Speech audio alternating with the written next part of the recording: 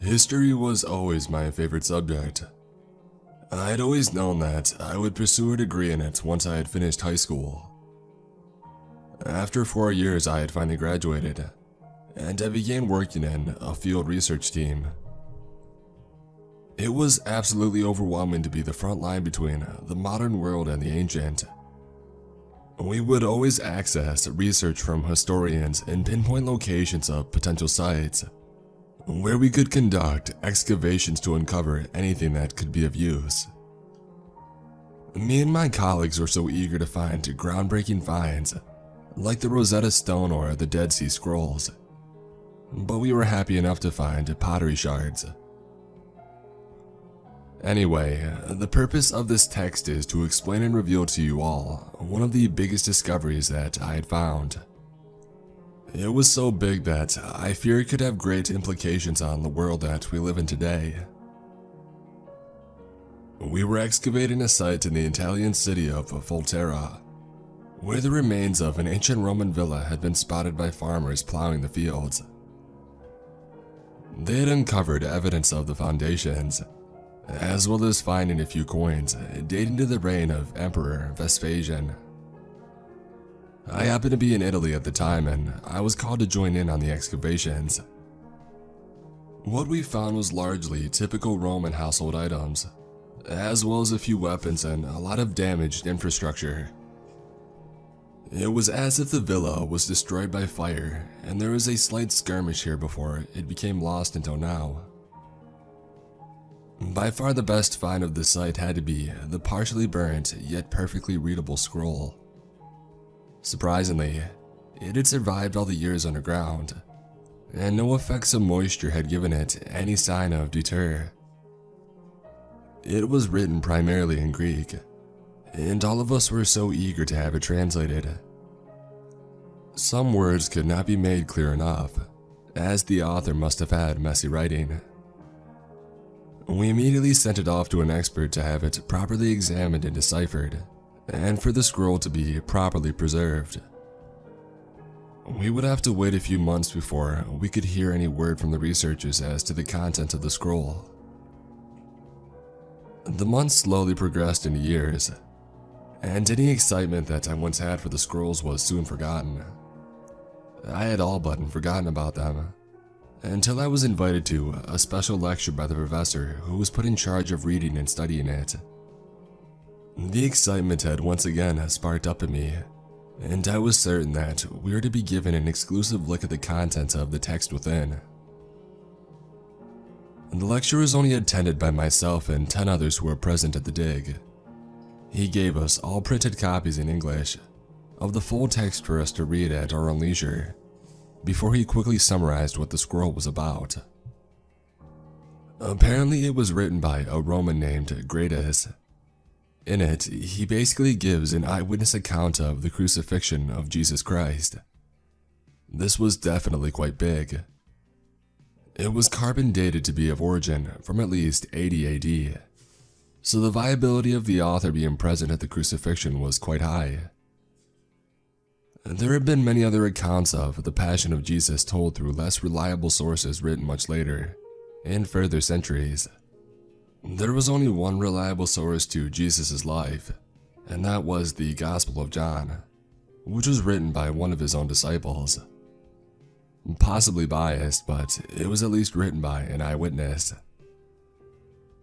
These scrolls were very interesting, the professor pointed out, as they were written by one who was not present with Jesus, and one who had no ties to his ministry at all.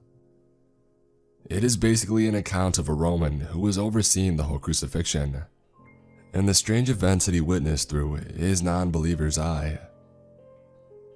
The professor was adamant that it was very interesting, and that this could really have potential to be a huge find, and an outside source from the church as to the life of Jesus Christ.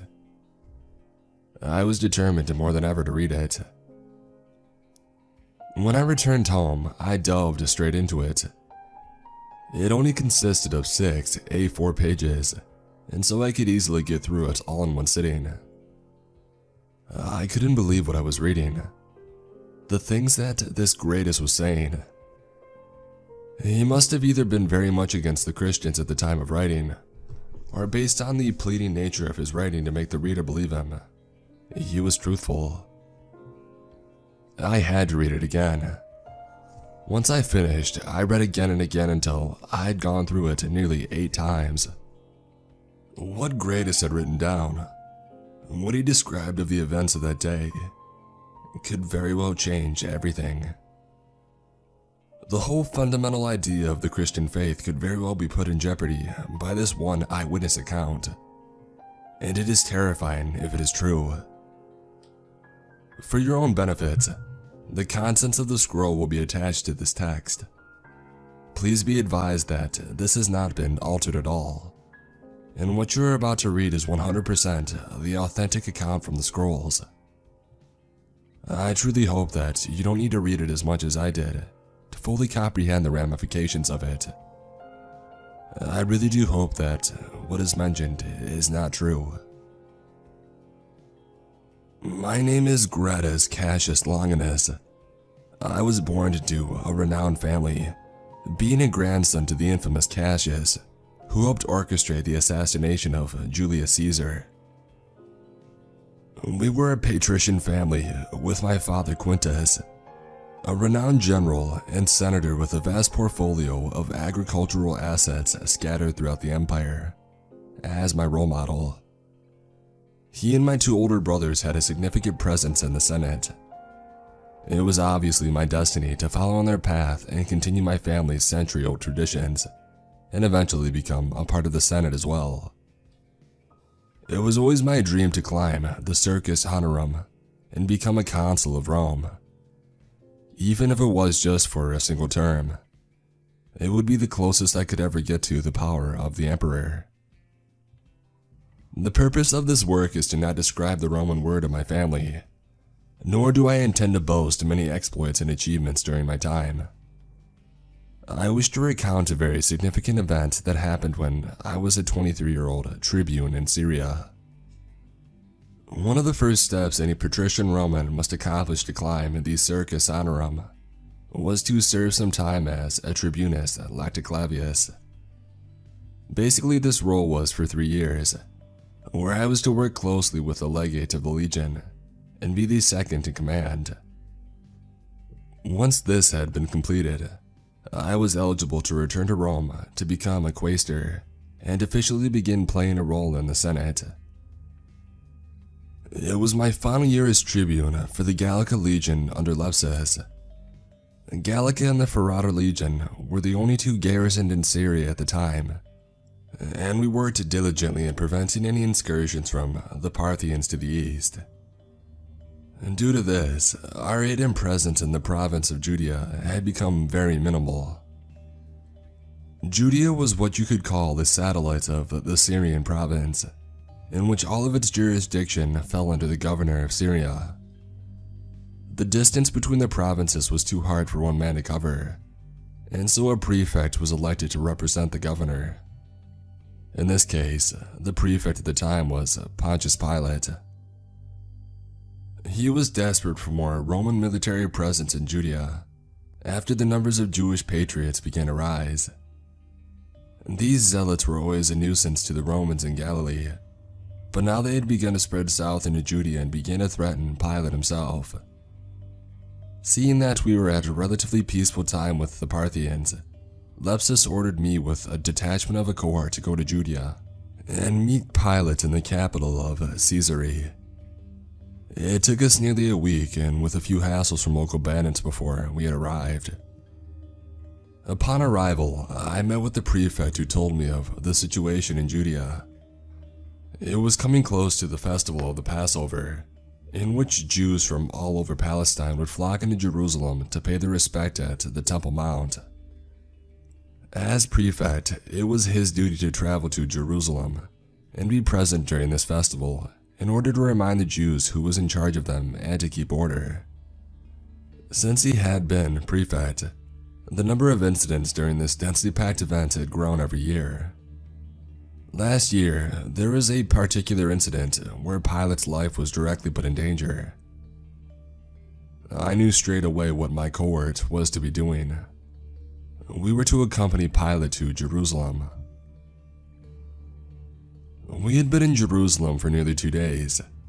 I was out on patrol with some of my men when groups of Jews began to move frantically towards the northern gate. They kept screaming out, "Hosanna! Hosanna!" In a panic, I ordered the men to the location of the temple courtyard where the crowd was heading to. A large group of Jews could only mean trouble. We shoved our way through the multitudes, all holding palm branches in their hands and cheering on some individual. As the source of the commotion came into my line of sight, I was able to paint the full picture. A group of rugged-looking men made a path through the crowd, holding the reins of a donkey that was mounted by something. And I strongly have to emphasize the word, something. It was a human figure, but it wasn't human.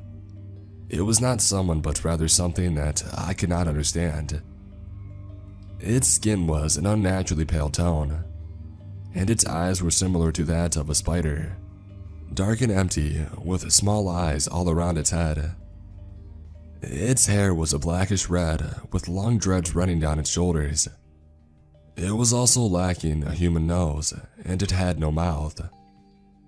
I had never seen anything like this. Surely any other sane person would share the same fear and repulsion that I had. I turned to one of my soldiers and asked him what on earth he thought this thing was. "Well, he does look like some great leader of the people, sir," the soldier replied. In frustration, I emphasized what I meant in terms of its appearance, and the soldier looked at me puzzled. "Well, based on his filthy long hair and beard, and the rugged clothing that he wears, not to mention the dark complexion of his skin, I dare say he must be a man from the country." This didn't make sense. Was this soldier blind or what? This creature had no beard, nor did it have any resemblance of a dark complexion. Fear now began to take a hold of me. What plague had possessed the minds of these people to praise such a vile creature? I had no explanation for what I was seeing, and I needed someone else to see eye to eye with me. I began to ask more of the soldiers what they saw, and to which they only confirmed what the first one had described. I must have been going insane. How could no sane Roman see this? I turned to a Jew who was in a trance, yelling out praises to the man, jumping up and down in joy as he waved his palm branch. Grabbing him by the shoulders, I forced his gaze to my eyes and ordered him to explain what this thing was that he was worshipping. The man did not lose his look of joy and happiness. He must have been under some spell of this creature. He went on to explain that this was the Messiah, and his name was Jesus. He was a great prophet and teacher of the Jewish scriptures, and was said to even have powers to perform miracles. I yelled at the top of my lungs, asking what that real thing was on top of the donkey. As I did this, I was startled by the presence of my men, who proceeded to grab me off the man and arrest him, thinking that I had been attacked. The poor Jew was innocent, but throughout the rough handling of my soldiers, he still stood there with a smile of peace. He was not affected at all by this. By the time the soldiers had finished the arrest, the Jews in my immediate area began to disperse, allowing a clear view of the thing on the donkey. As I looked in its direction, about 100 meters away, I froze. I was met with its dark, empty eyes staring deep into my soul. It was as if we were the only two present at this very moment, and all of the crowd was not there. For what seemed like an age, our eyes did not depart from one another, and I was drawn to its stare. It kept on moving through the crowd and made its way into the temple complex, still locked into my vision. When it finally left my sight, I was brought back to my senses where my soldiers awaited my command on what we were to do next. I told them to stay, while I would hastily return to Pilate to tell him of what I had seen. As one might expect, Pilate thought that I was surely going insane. How on earth could such a vile creature as I described to him exist? I was adamant, however, and I continued to emphasize my side of the story. But Pilate became impatient and dismissed me, saying that he would see this man for himself when the time would come. Not wanting to ruin my reputation as a tribune so close to my return to Rome, I acknowledged the prefect and awaited further developments with this whole thing. This situation was on everyone's radar, due to the large gathering that had followed. Eventually, the time did come for Pilate to see the man for himself. Having been arrested by the Jewish high priest, this creature was brought before Pilate to be tried. I stood by Pilate throughout the whole ordeal, trembling in fear. Just like when I last saw it, its empty eyes locked onto my soul for the whole ordeal. I just wanted to yell out to it as to why it had singled me out, but my reputation held me back. When it was dismissed for further trial, Pilate came up to me and laughed, saying that I must have a very high standard to look at common people as hideous monsters. I could not understand. Why was I the only one who could see this horrid thing? I was beginning to think that maybe I had something wrong with me. Perhaps I was going insane. But I honestly couldn't have been. The thing was as clear in my vision as the very ground that it stood upon. It was no fixture of my imagination. It was there in flesh and blood. Now what happens within the next 12 hours is this Jesus gets given back to Pilate to make the final decision to his fate. To keep the crowds happy, he resorts to have him sentenced to death for sedition. He was taken up to Golgotha to be crucified, and I was to be the overseer of the whole execution.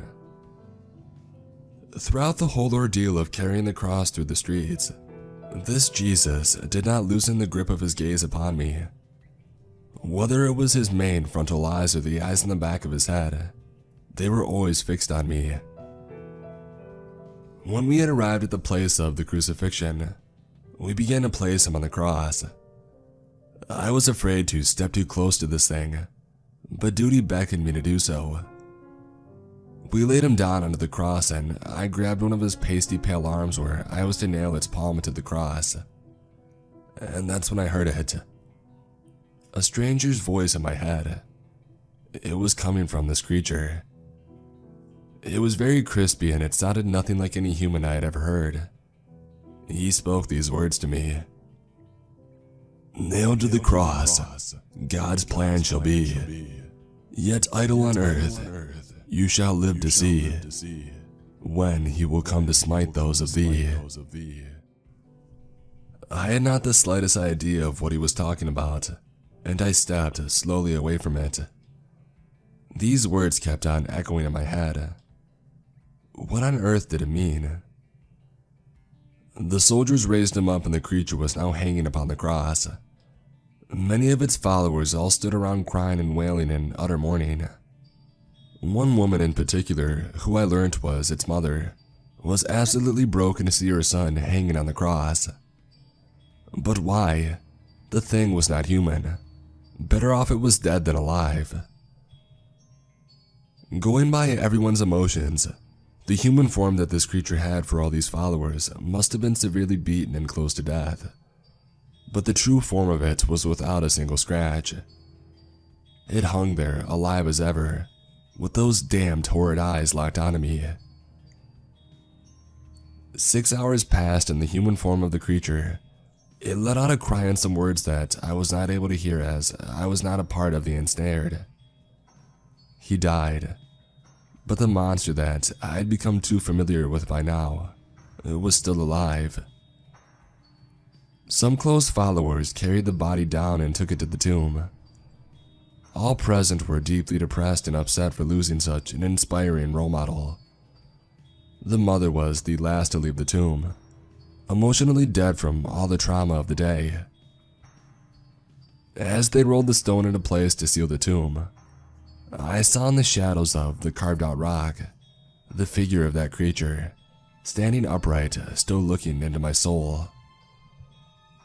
Now, due to the severity of this Jesus' actions against the Jewish authority, they all feared that the followers of him would come sometime in the next 3 days to reopen the tomb, and to steal the body and go about proclaiming that he had risen from the dead, as he supposedly had prophesied himself doing. To keep the Jews happy, Pilate ordered a detachment of soldiers to stand guard at the tomb for the next 3 days. A centurion was given the task of commanding the soldiers, but I knew that they would all be in danger, not knowing the true identity of what lay within. I insisted that I go with them and watched over them for the duration. I would soon come to regret that decision. It had finally come to the third and final day of our guard duty, and it was dark in the middle of the night. We had had no hassles from common folk the whole time, and I was certain that people weren't going to be the problem. I knew, however, that that thing was still alive in the tomb. I drew my gladius and stood next to the rolled stone. To think that the thing was probably standing on the other side of it, less than a meter away from me on this cold, dark night, it terrified me. I just wanted to go in there and slay it if it was even possible for me to do it. And then something strange happened. The sky turned into a red haze, and everything went still. Everything. The slight breeze that kept the olive trees moving lightly had stopped. The silence of the evening suddenly became more silent than death itself. I turned to my soldiers who remained frozen in their sleeping state. To my horror, something got my attention. There was something standing directly behind me. I turned around, only to be standing face to face with the creature that had been haunting me for the past week. Somehow it was able to roll back the stone and free itself. I was speechless. I was certain that I was going to die. "This is the beginning of the victory." That same crispy voice I heard in my head. What victory? Against who? I thought to myself, not realizing that the creature had access to my thoughts. It replied, "You will see for yourself." I had had enough. I was going to end this. I positioned my gladius and I took a stab at the thing's gut. It didn't flinch, nor did I penetrate any flesh. My sword was through him, but to no effect did it make on the creature. It was as if I had stabbed through a ghost, but this thing was right there in front of me. I took another swing towards its neck. This time, I was met by the quickest reflex that I had ever seen. It managed to block my blow, holding tightly to my sword arm, and in a sudden movement, I was thrown across the courtyard. I had never felt such supernatural strength before. As I regained my composure, I looked back towards the creature only to be met by hundreds of those dark black eyes, staring back at me. Many figures of the same creature all stood next to the original one. They moved in unison as one large organism. Slowly, they made their way past me and disappeared into the darkness around me. Lastly, the original creature came, looking at me one last time, and it said, "We will meet again." And it too faded off into the dark. At the instant it left my line of sight, the red haze disappeared and the night returned to normal. My men were still asleep as if nothing had happened, but there before me the tomb was wide open. I had no idea how I would possibly explain this. I couldn't believe what I had witnessed, and to see that there were hundreds of these things, it chilled me to the core. What on earth did they have planned for humanity? And why did I have to be the one to see their plan grow? What would happen next would completely snowball out of control. From what started seemingly as a cult of Jews, quickly began to spread across the Roman world. The followers of this creature, the man that they called Jesus, preached his word all over the Mediterranean. It wasn't long until it eventually made its way to Rome. I was very eager to investigate this cult and was utterly shocked upon hearing what the principal teachings were.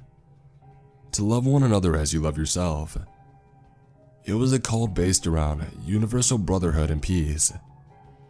To be honest, it was almost revolutionary in the Roman world, though highly unlikely to take off anytime soon, due to the presence of slaves and lesser plebs.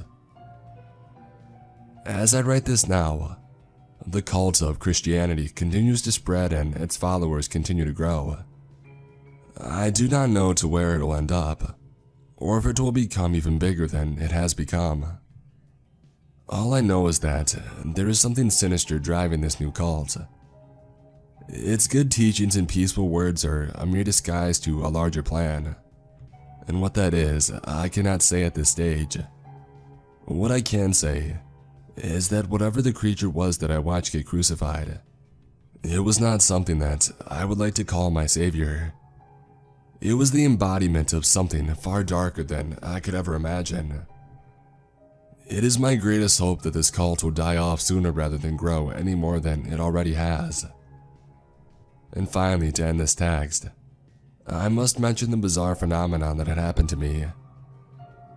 The next few years after the crucifixion, life continued as normal. I was married to a beautiful girl, and I began my climb up the cursus honorum. But the years turned into decades and a strange thing was happening to me. For some reason, I was not aging. My body remained frozen in time as my 20-year-old self. I did not understand this. My wife aged into an elderly woman until she had succumbed to old age. Yet here I remain, at the age of 96, not a wrinkle on my face and still as fit and handsome as ever. A blessing, some could say, but I consider it more of a curse. It is their plan after all. I am supposed to witness it come to pass, whenever that might be. I sure hope and pray to Jupiter that when someone reads this, it is not too late. Find me. If the world has not ended yet, then I am certain that I will be there somewhere. We need to stop them. You know the truth now, just like me. It's only a matter of time until they return. Please, if you find this scroll, find me, or they will find you.